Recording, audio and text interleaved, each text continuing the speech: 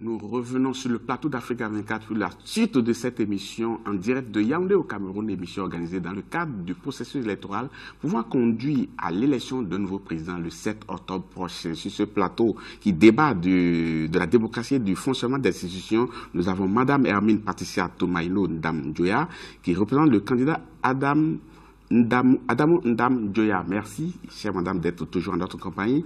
Également, monsieur Daniel Mpon Rimis, représentant le candidat Gaga Amanadi, est toujours avec nous. Merci. Et monsieur Ntonga Emmanuel, représentant le candidat Josa aussi. Merci d'être toujours avec nous.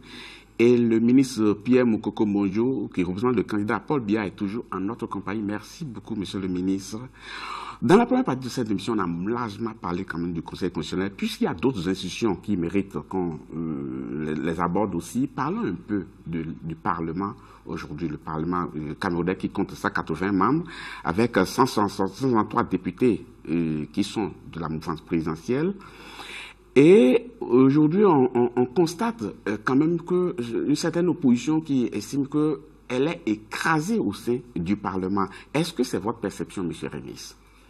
Oui, avant de répondre à cette question... Vous n'avez pas revenu en arrière. Bon, j'acquiesce, hein, je respecte votre programmation. Le problème en soi n'est pas le nombre de députés appartenant à un parti. Le problème véritable de cette Assemblée nationale, c'est celui des prérogatives réelles de ces députés. Est-ce que c'est des députés représentatifs de la nation ou c'est des députés représentatifs d'un parti politique? Ceci est déjà une entorse à la loi fondamentale. Un député, une fois qu'il est élu, le mandat impératif n'existe pas. Il ne vient pas à l'Assemblée nationale défendre un parti politique. Il défend le peuple. Et aujourd'hui, le véritable problème qu'il y a avec ces députés, c'est pas non pas parce qu'ils appartiennent à un parti politique de manière écrasante, mais beaucoup plus parce que c'est des députés, chaque fois qu'ils doivent rentrer à l'Assemblée nationale dans le cadre du vote de loi, des fois très important, vous les voyez interpellés au niveau du comité central du parti au pouvoir, afin qu'ils puissent y recevoir des ordres. Et ils reviennent, ce n'est plus ce que le député pense, ce n'est plus le député qui est le représentant du peuple qui vient s'exprimer, mais c'est le député qui est devenu partisan. Ceci est une entorse à la démocratie. Est-ce que vous n'êtes pas un peu idéaliste? Parce qu'un peu partout dans le monde, c'est comme cela. Si je suis ici d'un parti, j'arrive au Parlement, d'une manière ou d'une autre, je suis les instructions que donne le parti, bien entendu. Vous savez, l'idéal, si on ne sublime pas l'idéal, je ne sais pas, la vie n'a plus de sens. Dans la mesure où le réalisme que certains veulent mettre à outrance en avant a amené ce pays là où nous sommes. Le député au Cameroun n'est pas un personnage vraiment respecté. Et puis, quel est ce pays? Vous pensez vraiment? Quel est ce pays? Suivez-moi, M. Babilas. Quand on parle de nomination, on vous appelle tout à l'heure de nomination du président du Sénat. Le président du Sénat est nommé tout simplement parce qu'on a donné des ordres aux députés. Si vous pensez individuellement... Mais ces députés ne sont pas obligés de suivre ces injonctions. De toute façon, ils sont arrivés au Parlement, ils vont respecter... Nous avons vu le traitement qui avait été fait à certains députés appartenant à certains partis politiques qui, parce que voulaient exprimer une certaine liberté au sein de cette Assemblée... Qu'est-ce qui leur est arrivé? Débouter de l'Assemblée nationale sans façon. Le prochain mandat au niveau des investitures. Là, je parle d'un problème interne à un parti, mais qui est un problème qui est quand même le ressenti. Mais ils ont fini leur mandat quand même. Mais naturellement, ils l'ont fini pour certains. D'autres se sont retrouvés. Ce que je voulais dire avant que vous me repreniez la parole, c'est que on ne peut pas parler de démocratie dans un pays lorsque le Conseil constitutionnel est coiffé par un individu, c'est-à-dire que le président de la République et le président du Conseil constitutionnel, c'est ainsi dit. Le président de la République est le chef constitutionnel des armées. Le président de la République est le chef hiérarchique des services de sécurité. Le président de la République est en même temps président d'un parti politique. Voilà la démocratie dans laquelle nous vivons et qui est plombée dans son essence même par une sorte de dichotomie qui n'a pas... Mais, monsieur le ministre, je vais peut-être vous surprendre en disant ce que nous a envoyé ce téléspectateur. Il s'appelle Abdoulaye depuis la Centrafrique. Il dit la démocratie est bien effective au Cameroun. Le président sortant Paul Biya veut travailler dans le sens de moderniser la démocratie au Cameroun, mais il est incompris par l'opposition qui considère cette main tendue comme un aveu d'impuissance. Fin de citation. Madame Djoya, qu'est-ce que vous répondez à ce téléspectateur? C'est vrai qu'il écrit de la Centrafrique, il ne vit pas au Cameroun, mais de loin, il observe quand même ce qui se passe au Cameroun. Est-ce que quelque part, le président de la République n'est pas incompris? Je vais vous dire que le docteur Adamou Damjeya, que je représente ici, a fait des recherches sur l'éthique et il a sorti ce qu'il a appelé la loi de l'éthique. La loi de l'éthique, c'était en 3 points. Les sociétés qui respectent les valeurs et qui respectent l'éthique sont appelées à progresser. Les sociétés qui ne respectent pas du tout les valeurs et les principes démocratiques, éthiques, morales. Nous sommes dans quel cas? Oui, nous sommes dans le cas d'une société qui périclite. C'est-à-dire qu'il y a 3 points de figure. Soit vous respectez, soit les institutions que vous créez basent leur opération sur le respect des valeurs éthiques démocratiques et elles progressent. Au milieu, elles peuvent respecter un temps, après elles respectent un autre temps. Peut-être c'est ce que notre téléspectateur croit, c'est-à-dire de temps en temps, il peut croire qu'à travers des actions du président Paul Biya, c'est une lueur, mais malheureusement, c'est un peu comme on appelle chez nous la danse Bafiette, c'est-à-dire on avance de 2 pas et on recule de 5 pas. Malheureusement, le Cameroun périclite parce que le Cameroun ne respecte pas du tout la loi de l'éthique qui veut que, et qui a clairement identifié que les sociétés qui ne respectent pas périclitent. Le Cameroun est en train de tomber bien bas. Je voudrais revenir sur la question du Parlement. Vous savez, dans notre Constitution, l'article 2 dit la souveraineté nationale appartient au peuple qui l'exerce, soit par le président de la République, soit par le Parlement, soit par voie référendaire. Et l'alinéa 2 de notre Constitution dit les autorités qui sont chargées de cette souveraineté-là sont élues. Donc, ce n'est pas normal qu'on puisse nommer un président du Sénat. On l'a nommé avant qu'il ne devienne président du Sénat. Donc, il y a un problème. L'autorité de l'État est exercée par le Parlement et par... prévoir de manière précise la Constitution. Est-ce que la Constitution dit cela, c'est pour relever l'importance du Parlement. Donc, j'ai cité ces dispositions de la Constitution pour vous dire à quel point le Parlement est très important dans une démocratie. Permettez à M. Moukoko de répondre rapidement. Oui, de manière précise. Oui, oui. Madame l'honorable députée, elle ne lit pas toute la Constitution. L'article est très clair. Les autorités chargées chargées de diriger l'État tiennent leur pouvoir du peuple par suffrage, par voie élective. Sauf disposition contraire. Et c'est pour ça qu'on doit changer la Constitution. Parce que la Constitution, c'est une loi fondamentale. Elle ne doit pas avoir des dispositions contraires. Permettez au ministre de répondre. C'est écrit sauf disposition contraire inscrit dans la Constitution. Elle n'a pas lu tous. Et ça, c'est pas honnête. Oui. Cette Constitution dont on parle tant, cette Constitution a été votée par l'Assemblée nationale en décembre 1995. Monsieur Babilas, le RDPC n'avait pas la majorité absolue. Le RDPC avait 88 députés. L'UNDP en avait 68, le MDR 6 et l'UPC 18 députés. Il ne s'agit pas d'une constitution qui a été imposée par un parti. Le RDPC n'en avait même pas les moyens politiques à l'époque. Ça, c'est très important. Donc, tout ce qui est dans la constitution du Cameroun est le reflet de ce qu'ont voulu les représentants du peuple camerounais en décembre 1995. Bon, l'UDC n'y était pas parce que l'UDC avait boycotté les élections. Le SDF n'y était pas parce que le SDF avait boycotté les élections du 1er mars 1992. Mais tous les partis politiques qui s'étaient présentés à cette élection et qui étaient à l'Assemblée nationale ont tous voté cette constitution avec 2 abstentions. Maintenant, il a parlé de la tripartite. La tripartite a été un temps fort de la vie politique nationale. Mais c'était un moment. Effectivement, il y a eu la limitation des mandats. C'était un moment. Mais les temps changent. Les choses évoluent. La tripartite disait quoi par rapport à la durée du mandat, justement? Non, c'était un mandat de 5 ans, oui, fois 2. Mais cette disposition-là, qui était contenue dans la Constitution, a été changée en 2008. Les forces politiques ont évolué. Le RDPC, aujourd'hui, ça me permet de répondre à ce que dit mon voisin de droite. Le RDPC, dont on dit aujourd'hui qu'il écrase les partis politiques, savez-vous, M. Babilas, qu'en 1992, nous avons perdu la majorité. Nous n'avions pas 91 députés. Il nous a fallu lier des alliances avec d'autres formations politiques pour que, effectivement, le président Biya continue à gérer le pays. Je voudrais continuer en disant ceci. Ce que M. Rimis dit tout à l'heure, ce n'est pas le fonctionnement de la démocratie. Les parlementaires sont élus sous une étiquette politique. Et il n'y a pas de parlementarisme stabilisé, structuré, rationalisé sans discipline du parti. C'est ça qui est au cœur de la démocratie parlementaire. Donc, si je comprends très bien, vous assumez ce que dit M. Rimis. C'est exact.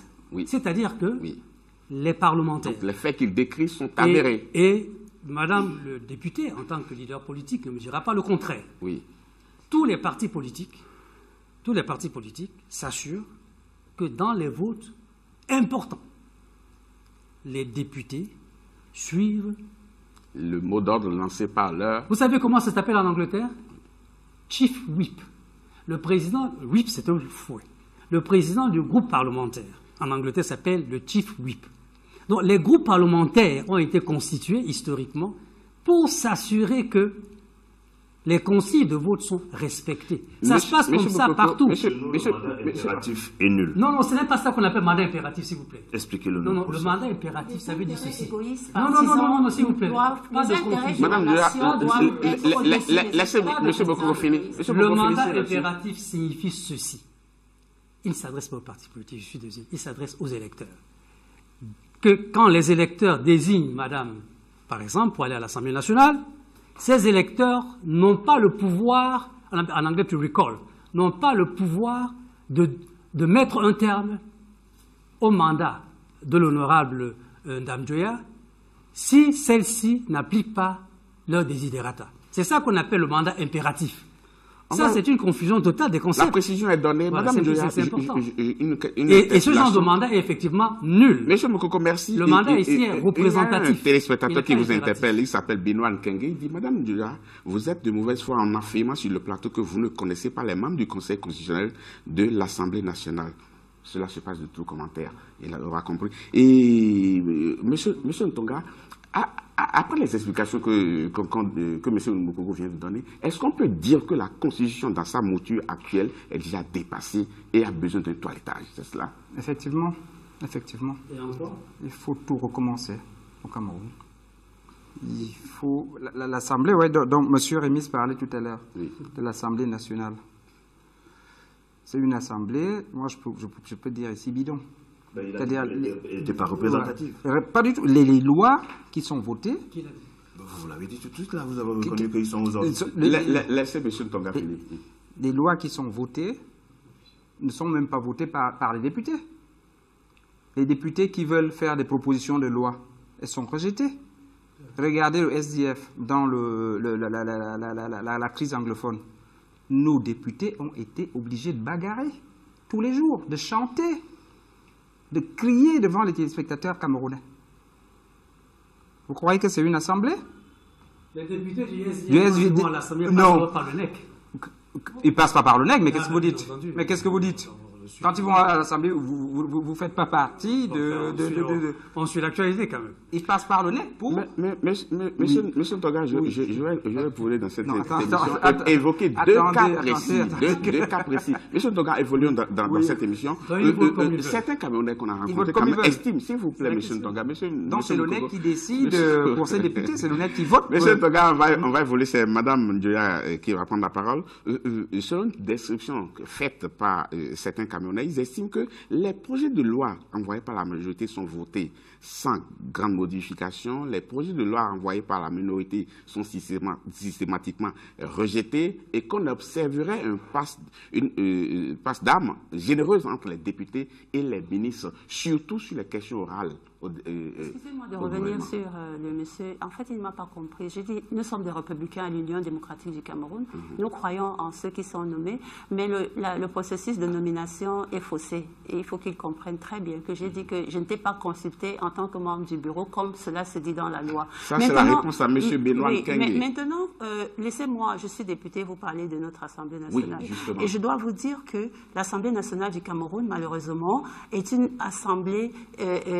on sait que le rôle, c'est adopter les lois et interpeller, contrôler l'action du gouvernement. Sur 100 lois qui sont votées à l'Assemblée nationale, elles sont d'origine gouvernementale. En fait, c'est l'exécutif qui joue le rôle. Mais est-ce que vous aussi c'est pour vous dire que vous, de l'opposition, bien sûr que nous en proposons, mais nous n'avons pas de cette loi? majorité. Et c'est ce que je veux vous dire. Avant d'arriver à l'Assemblée, il faut qu'on soit élu. Moi, son Excellence m'a pris comme exemple d'être élu.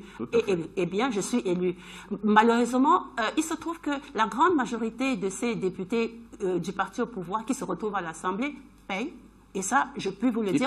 Ils payent leur place. Ils ne sont pas élus. Je suis désolée, mais on n'est pas là pour, s'amuser. Et ils nous le disent. Quand ils arrivent à l'Assemblée, ils se la bouclent. Ils ne participent pas. Quand ils payent, soyez un peu plus précis. Ils payent quoi à qui? Et donc, nous, on se dit, l'Assemblée nationale doit avoir une priorité, améliorer la vie des populations. C'est-à-dire que les questions partisanes... Soyez un peu plus précis. Je suis plus... Ces députés, ils payent quoi à qui? Soyez précis. Parce que je vais amener le ministre à réagir là-dessus. Mais si vous n'êtes pas précis, on ne pourra pas répondre. Malheureusement, chez nous, l'électorat, la façon dont ces députés arrivent à l'Assemblée, l'Assemblée nationale ne reflète pas la configuration, la représentativité du peuple camerounais. Et ça, c'est clair. Et cela donne cette majorité justement pour adopter les lois. Comme je vous ai dit, c'est l'exécutif qui légifère à l'Assemblée nationale du Cameroun.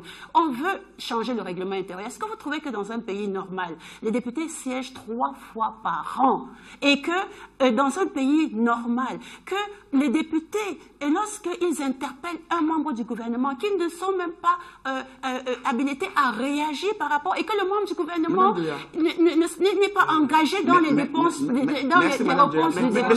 S'il vous plaît, donc il y a un problème de fond. Même la configuration du bureau de l'Assemblée nationale ne représente même pas les partis politiques. Propose à ce que la prochaine Assemblée, les députés siégeront tous les 2 mois. Et tous les 2 mois, les membres du gouvernement... À écouter quand même ce que dit Mme Dua, qui siège à l'Assemblée, apparemment le Parlement camerounais est vassalisé. Non, c'est-à-dire que, madame, avec tout le respect que je lui dois, ça vraiment, moi, j'ai mal aux oreilles. Lorsqu'elle dit que les députés du RDPC ne sont pas élus, c'est quand même une insulte grave. Non, c'est peut-être une manière de parler. Ensuite, vous avez très bien compris ce qu'elle veut dire. Qu'un député, pour être élu, doit payer, c'est encore plus grave. Enfin, nous ne sommes pas ici, vraiment, c'est pas... Des accusations de cette nature sortant de la bouche du peuple, ce sont des... Non, ce sont des accusations qui sont... Je pense que cela n'honore pas, cela n'honore ni le Parlement, ni la démocratie. Madame dit que ce sont les propres députés qui le confient. Je ne suis pas député, mais je l'affirme aussi. Mais enfin, je voudrais vous dire que le RDPC, en 1992, a eu 88 députés. Et progressivement, le RDPC s'est mis à travailler sur le terrain. À gagner du terrain. À gagner du terrain. Aujourd'hui, on est au chiffre que vous avez. Mais à voir le fonctionnement aujourd'hui, est-ce que ceux qui estiment que le Parlement est vassalisé, est-ce que quelque part, il n'y a pas des éléments qui les amènent à être confortables pour dire ça? Oui. C'est-à-dire que dans l'histoire... On en a vu maintenant, même dans le mode de désignation des membres qui doivent signer au Conseil constitutionnel, il y a beaucoup à dire là. Les membres du Conseil constitutionnel ont été désignés par le président de l'Assemblée nationale après consultation du bureau.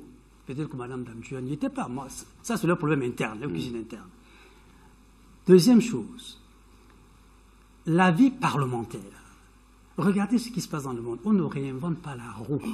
La vie parlementaire se caractérise sur la durée à cause des nécessités liées à la discipline que doivent observer les membres d'un groupe parlementaire par un comportement au terme duquel on peut avoir l'impression que l'exécutif l'emporte sur le législatif. Oui, mais et ça, beaucoup de Camerounais disent. C'est une impression. Oui, mais je vais vous donner lecture, par exemple, d'un téléspectateur qui dit Jean-Marie Ongolo depuis Yaoundé. Il dit Professeur Moukoko Morondio, quelle limite réellement faites-vous dans la pratique au quotidien entre l'exécutif et les autres pouvoirs au Cameroun? Parce qu'apparemment, on a comme l'impression que c'est l'exécutif qui plane sur toutes les autres institutions. Non, pas du tout. L'exécutif fait ce qu'on appelle des projets de loi. ces projets de loi vont à l'Assemblée nationale et au Sénat. Ces projets de loi peuvent être amendés et sont généralement amendés après discussion, après débat entre les parlementaires et les membres du gouvernement qui défendent ces projets de loi. Monsieur Remis, je vous en prie. L'illusion d'optique, si je peux terminer, l'illusion d'optique s'il vous plaît. tient à quoi? Tient à ce qu'il se trouve qu'en ce moment, depuis un certain nombre d'années, il y a un parti politique qui est majoritaire à l'Assemblée nationale. Ultra majoritaire, j'allais dire. Même s'il est ultra majoritaire. Partout où il y a un parti majoritaire à l'Assemblée nationale, partout, on a toujours l'impression que le Parlement n'exerce pas tout à fait ses attributions. Pourquoi? Au début de mon propos, j'ai dit ne pas confondre les institutions juridiques avec les forces politiques. Les institutions juridiques prennent forme compte tenu du rapport de force politique. Il y a un rapport de force politique actuellement qui est en faveur du RDPC et qui fait en sorte que quand le gouvernement, dont le président de la République est en même temps président national du RDPC, ce qui n'est pas interdit par la Constitution, soit dit en passant, quand ce gouvernement fait le projet de loi, il s'adresse à sa majorité parce que le gouvernement est responsable devant l'Assemblée nationale. Il n'est pas responsable devant le président de la République. Il est responsable devant l'Assemblée nationale. Donc il y a une connivence, c'est normal en démocratie, entre un gouvernement en place et sa majorité à l'Assemblée nationale. On n'invente rien au Cameroun. Donc, de ce fait, quand un projet de loi vient d'un gouvernement dont on soutient l'action, on a tendance à voter les projets de loi, mais on ne les vote pas sans les avoir amendés, si nécessaire. Et on peut citer tonnes d'amendements qui sont faits session parlementaire après session parlementaire. Je l'ai dit en début d'émission, nos téléspectateurs continuent par nous envoyer des réactions. Je vais donner lecture d'une remarque d'un téléspectateur qui dit ceci: on peut tout dire au président sortant Paul Biya, mais sur la démocratie, il est presque irréprochable. La preuve, il existe au moins 200 partis politiques et si l'opposition fait preuve d'immaturité, à qui la faute? Ça, c'est une question de Stéphane depuis Marois. Monsieur Remis, répondez à ce téléspectateur qui estime que l'opposition ferait preuve d'une certaine immaturité. Non, mais c'est une réponse inexacte et qui vient simplement d'un individu qui ne comprend pas le fonctionnement du système politique camerounais. Le problème est simple. Les partis politiques au Cameroun vivent dans des régimes qu'il faut souvent très bien définir. Le fonctionnement d'un parti politique, lorsqu'il ne peut pas faire organiser des manifestations publiques parce que systématiquement interdit par les sous-préfets, vous n'avez pas moyen de vous présenter sur le terrain. Vous n'avez pas moyen de véritablement éduquer vos militants pendant la période qui n'est pas la période des élections. Ceci est un frein énorme dans le fonctionnement des partis politiques. Les partis politiques aimeraient en même temps des fois réagir comme toute organisation de la société qui peut-être n'est pas d'accord avec un fait et voudrait démontrer du muscle face au pouvoir en organisant une marche de protestation. C'est des organisations politiques, je veux dire, c'est des instruments politiques dans une démocratie qui sont systématiquement empêchés, interdits aux partis politiques de l'opposition. Venir dire qu'ils sont, je sais pas moi, par d'immaturité et autres, c'est faire preuve de myopie. En tout cas, cette réaction de Stéphane suscite quand même un certain engouement au sein de ceux qui nous représentent l'opposition sur ce plateau. On va leur donner la parole dans quelques instants. Mais avant, nous allons marquer une pause. Chers téléspectateurs, ne partez pas. On vous retrouve dans quelques instants.